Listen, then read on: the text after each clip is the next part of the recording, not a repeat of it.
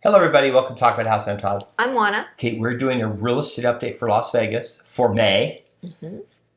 And the big news is that home prices have reached an all-time high in Las Vegas. Yes, all-time high. We're going to go through all the data here. Juana, this is kind of, we have a ton of data, but Juana, this is kind of a big deal because the previous high that we just passed, interest rates were still below 5%. Right. For something. Mm-hmm. And everyone said, well, not everyone, Crash Bros, all said 40 to 50% price reduction if interest rates went above 6%. Interest rates are 7.5%. Home prices are higher than they've ever been. Right. Okay. Before I throw up the first slide, give me a general overview. What is going on? More buyers than sellers. This has been the theme for the last couple years. You know, it's more buyers than sellers. And the fact that interest rates are approaching 7.5% to 8%, depending on your credit score and the type of loan, it's not deterring the well-qualified buyers. Because like I said, since we have so many more buyers than we have sellers, this is not a problem. Okay, here's a real-time market profile. At the very top, median list price, you can see 584. That's pretty high. Median price of new listings, 510. You're probably saying, oh, does that mean homes are coming on the market $70,000 less? Right? That's what people are going to say. But Todd, they're coming on $70,000 less. That means the market's already falling. No. The median list price is a price of all homes. Juana, which homes sell quicker in the market? The homes in the top half price-wise or the bottom half price-wise? Bottom half. Okay. There's simply more people who can afford those. Okay, so these churn fast. We've got a slide that we'll show you with this, but they churn faster. There's actually more sales. So there may be 37 homes over $1 million that sold in a week, but there'll be 88 that sold under 400,000, right? So when new homes come on the market, they're coming on at a faster rate, lower. So the median price of new listings is less than the median list price of all homes. Mm-hmm. Okay. It would be more confusing if we used average price, because that's why we try to stick with data. So don't read anything into this other than it's not that new listings are coming on 70,000 under market value. Someone's going to say that, I know, because we've had some other comments here. No, and then the other thing to keep in mind is that when you're looking at it from, in market segments, what you'll notice is that it's either about the same number of homes came on the market as went under contract, or generally, recently it's been more homes go under contract than come on the market, which is why our inventory is decreasing. Okay, per square foot, 276. That's what we track because it meets out the difference in types of homes that sell. Because remember, what happened for a while was only the low-end homes were selling, so it looked like home prices were dropping a little bit, but just because interest rates went up and people stopped buying the kind of middle higher price homes like 600, 700, 800,000. More people were just buying the bottom end homes. So what happened was the median number fell because there were just more transactions happening. So that's why we track price per square foot. That tends to be less dramatic because it's just a better indicator. Days on the market's going down. This isn't positive. This is good for the market, right? 134 average days on the market, but that's average. But 42 is the median. At 42, what's the normal time on the market? Normal time on the market is 4 to 6 months, but we all know that 42 is the answer to life, the universe, and everything. It is totally the answer to life, the universe, and everything. If you know what that's from, and we just said the title of the book, but it's from a different book, actually, because that was a follow-on book. If you know what that's from, put it in the comments. Okay, price decrease. We're going to talk about this in a bit. I've got a whole chart for this. Price increase to 11%. Wanted. Look at this thing, it's going up. Why would people increase the price? 11, that's a lot. Like more people are increasing their price. So, okay, I have to admit, a lot of times that's a head scratcher for me too. I sign lots of price changes, and I signed one today where we increased the price by a substantial amount of money, and I'm thinking, okay, it didn't sell for this, so now we're going to put it on the market for more. How is this making sense? So sometimes it's a head scratcher. Sometimes it's because they've done improvements. Sometimes it's because, maybe they've had multiple offers and that will help them with appraisal value. So there are all kinds of reasons why they're going to increase the price. That bottom one there, market action, it's just been going up the whole. Remember, this only goes back like 3 or 4 months. But this is kind of normal what we see in the spring, right? This is not going to continue into the fall. This is certainly going to dampen out. Okay, here's the price per square foot chart. You can see what's happening. If you actually think about this chart, you can basically draw a line from the bottom left where it says it was $175 a square foot in 2019 to today where it's $276. And that's kind of the trend line. It got a little hot in 2022 because the Fed came out with this aggressive move to raise interest rates and mortgage rates lagged. So what did people do in 2022 that artificially, for a short period of time, drove up home prices? So they bought anything. They just went out there and bought homes as fast as they could because the free money train was leaving the station in a hurry. Okay, that was not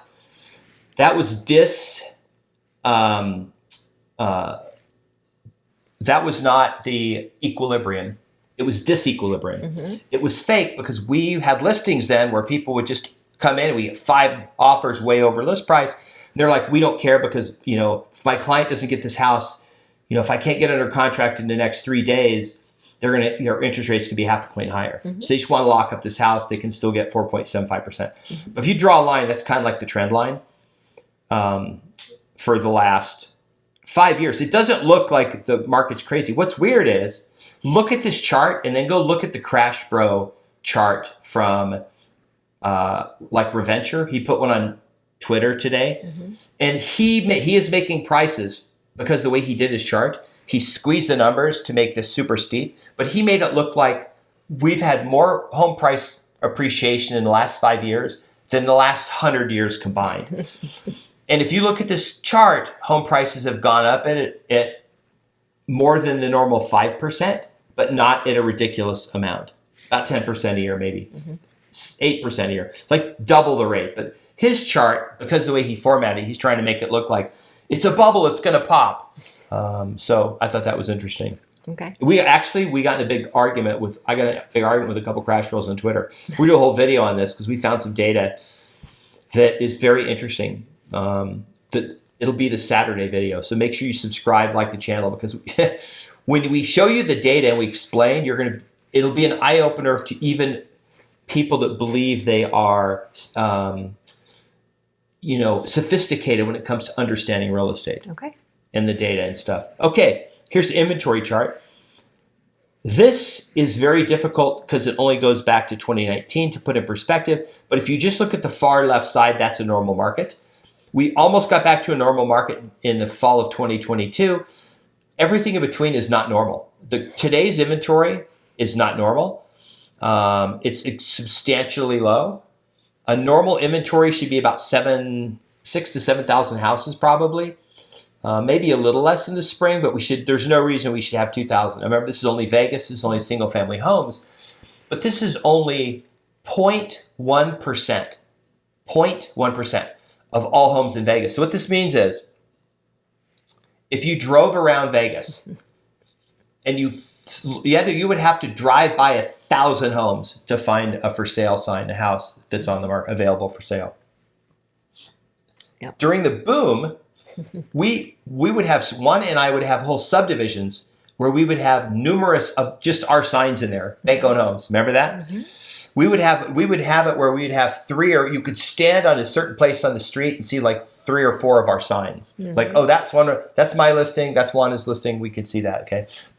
Back then, to put this in perspective for all the Crash Bros, we had 26,000 houses on the market. And Vegas was significantly smaller.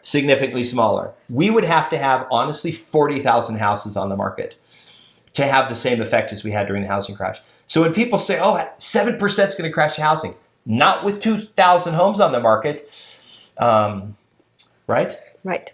Okay, next slide. Properties with price decrease. Now, we got called out on this by somebody who said, hey, what's with all these quote-unquote back-on-market homes? Which we don't use that term in real estate.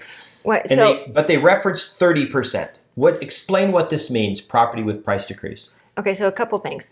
Price decrease, it just means just what it sounds like. Your home was listed for this much money, and maybe decide to lower the price by a couple thousand or whatever the amount is. And that's pretty straightforward. But as far as the back on market, so the back on markets, those are the alerts that you get if you're set up with a realtor or maybe through some other service to get alerts about homes coming on the market, and you see the back on market. So the back on market means that they had an accepted offer, and for whatever reason, that buyer is no longer moving forward. So sometimes the buyer's not moving forward because maybe they put offers on multiple properties, and the property that they liked better got accepted after they accepted this one. It's a huge one. And so they go ahead and back out.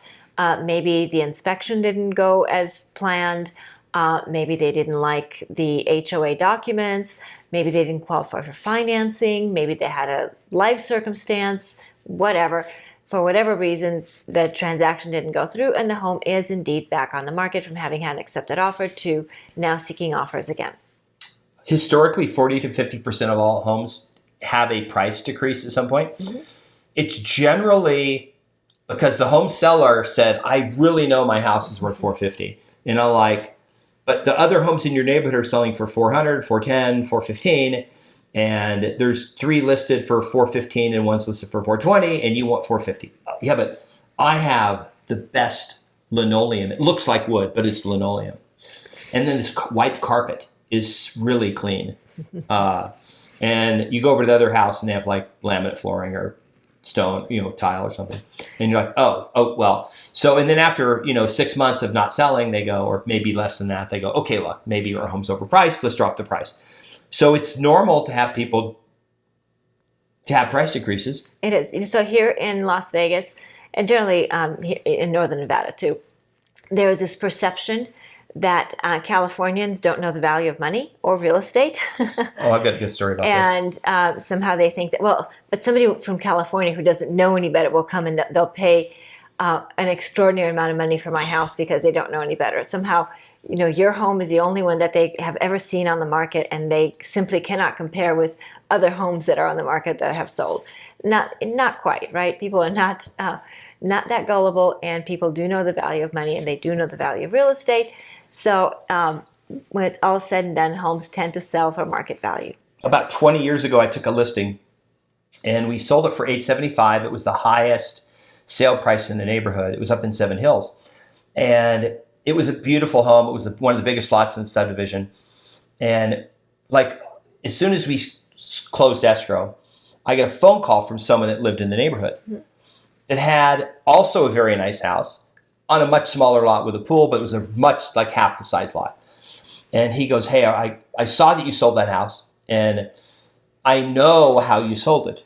And I go, you do? How did I sell the house? He goes, you're marketing to California, because I found out that guy's from California. Mm-hmm. So you're marketing to the Californians to come over here. And we all know that the Californians, when they see our home prices, they think these are deals. So they're willing to overpay a little. So actually sold his house for $840. I told him it's not worth as much, even though it was more upgrade on the inside. His lot was super small, and it had the whole backyard was just the pool. There was nothing back there and everything. So we did sell the house for $840. But it was funny because he had this misperception that like somebody from California would just be an idiot. And look, the whole point of people is they say, like if you moved to Tulsa, Oklahoma, you wouldn't just you would look at 3 or 4 houses, or you would look online and go, hey, you would figure out pretty quick what the going rate is for stuff, right? Mm-hmm. Like I challenge you to do this if you want to have some fun.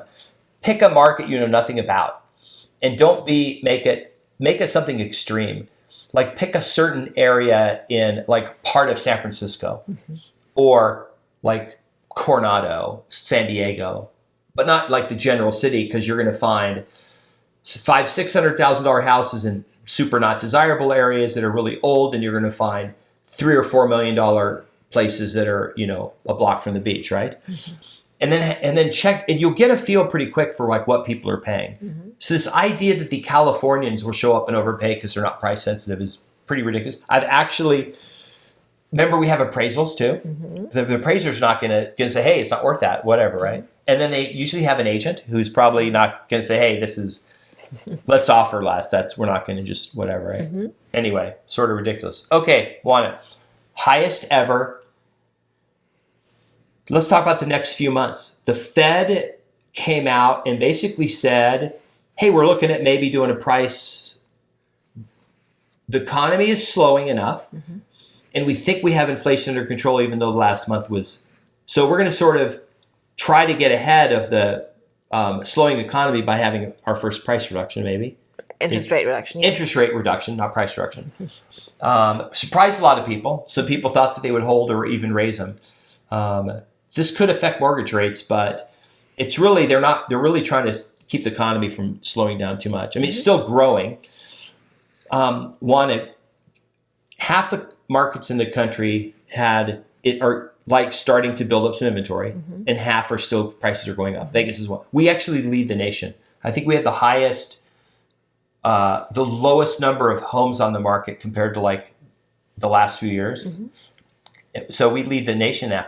But what's driving that here? What do we have in Vegas that the rest of the country doesn't have? We have a lot of growth. Ooh, a lot of growth. We have a lot of growth. We have an influx of people. We have a lot of new jobs.